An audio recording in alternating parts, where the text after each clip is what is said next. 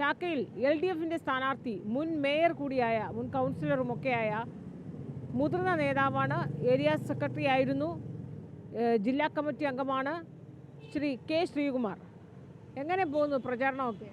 പ്രചരണം വളരെ മെച്ചമായ നിലയ്ക്ക് തന്നെ പോകുന്നുണ്ട്. ജനങ്ങളാകെ തന്നെ തിരഞ്ഞെടുപ്പ് പ്രവർത്തനങ്ങളിൽ പങ്കാളികളാണ്. അവർ തിരഞ്ഞെടുപ്പ് LDFിൻ്റെ വിജയത്തിന് വേണ്ടിയുള്ള വളരെ ജാഗ്രതയോടെയുള്ള പ്രവർത്തനത്തിലാണ് ഇപ്പോൾ ഉള്ളത്. താങ്കൾ മുൻ മേയറായിരുന്നു, കൗൺസിലറൊക്കെയാണ്, അപ്പോൾ ഏറ്റവും മുതിർന്ന നേതാവ് കൂടിയാണ്. തലസ്ഥാനത്തിൻ്റെ ആ ഒരു മുഖം മാറുന്നതിലൊരു കാഴ്ചപ്പാട്, വികസന കാഴ്ചപ്പാട്, വലിയ രീതിയിലൊരു കാഴ്ചപ്പാട് കാണുമല്ലോ എന്തായാലും. അത് 2015 മുതൽ 20 വരെയുള്ള കാലഘട്ടത്തിൽ തിരുവനന്തപുരം നഗരസഭയുടെ പ്രവർത്തനങ്ങളിൽ നേതൃത്വം കൊടുത്ത് നിന്നിട്ടുള്ള ആളെന്നുള്ള നിലയ്ക്ക് തിരുവനന്തപുരം നഗരത്തിൻ്റെ സമഗ്രമായ വികസനത്തിന് വേണ്ടിയുള്ള LDFിൻ്റെ കാഴ്ചപ്പാടിനനുസരിച്ച് മുന്നോട്ട് പോകുന്ന പ്രവർത്തനമായിരിക്കും ഞങ്ങൾക്കുള്ളത്. മറുഭാഗത്ത് BJP ആണ് പ്രതിപക്ഷത്തിരിക്കുന്നത്. അപ്പോൾ BJP നിലവിൽ 35 സീറ്റാണ്. ഒരു ബൈ ഇലക്ഷനിലൂടെ ഒരെണ്ണം നഷ്ടമായി 34 സീറ്റുണ്ട്.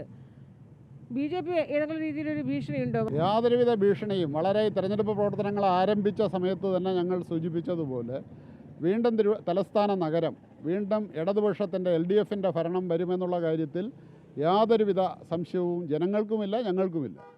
അതിനുവേണ്ടിയുള്ള ഊർജ്ജസ്വലമായിട്ടുള്ള പ്രവർത്തനങ്ങളാണ് ഞങ്ങളിന്ന് നടത്തിക്കൊണ്ടിരിക്കുന്നത്. BJPയുടെ പ്രവർത്തനങ്ങൾ അവർ താഴോട്ടാണ്.